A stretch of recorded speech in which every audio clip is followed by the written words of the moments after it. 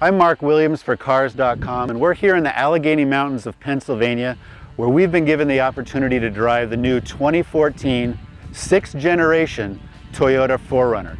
Not a lot of significant changes, but enough details for us to take a closer look. As far as the exterior design, Toyota made a conscious effort to make the 4Runner similar to, in a certain way, its smaller brother, the FJ Cruiser. A lot of the design cues in the fifth generation 4Runner headlights and taillights were carried over. Now they're trying to soften that. In fact, they've created a completely unique headlight for the 2014 4Runner, as well as a new grille for each of the three trim packages. What we're sitting in right now is a Trail Edition 4Runner, which means manual shift, four-wheel drive. Also has a new setup for the AC controls. Much easier, much simpler to see. And also it has a second generation Entune system, which works more like an iPhone than any other radio you've probably experienced. The big money here for the change for 2014 is in the gauge cluster right in front of the driver.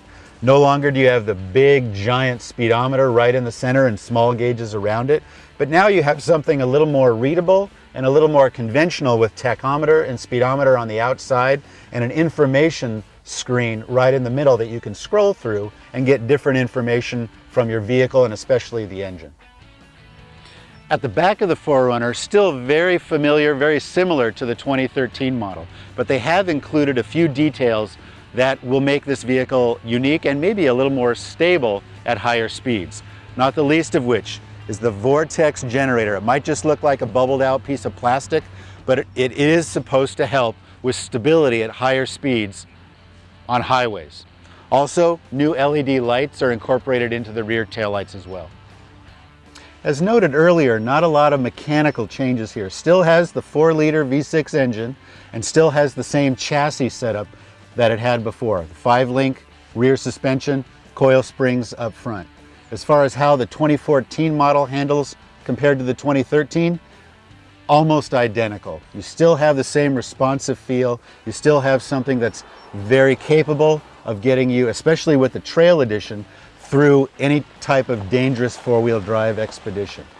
As far as the Limited, it still offers a lot of value for the money. Toyota gave us a great chance to take these Trail Edition 4Runners on some pretty nasty four-wheel drive trails. We've had a lot of rain around here, so there's a lot of Pennsylvania mud. What we found with the crawl control and the A-Track system, very impressive at getting yourself out of situations that you wouldn't even dream of taking another bigger, stronger vehicle through.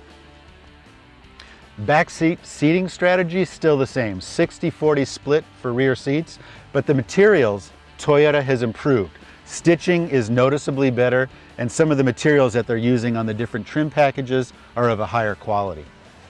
The rear seats themselves still flip and fold the same way. Pulling up the seat, dropping the headrest, rear seats fall right down. Another feature that we really like, that's a carryover from the 2013 model, the sliding rear deck, pulls out cargo, stores cargo, makes family living certainly a lot easier.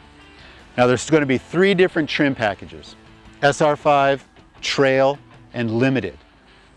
But Toyota's strategy now is to try to pack both the SR5 and the Trail with more standard features, so they're essentially going to try to stay the same price, but we'll have a lot more technology and improvements for the 2014 model. Also, the Limited, as noted, is going to be a great value for the $40,000 and $45,000 average price that a lot of those models are going to go out the door.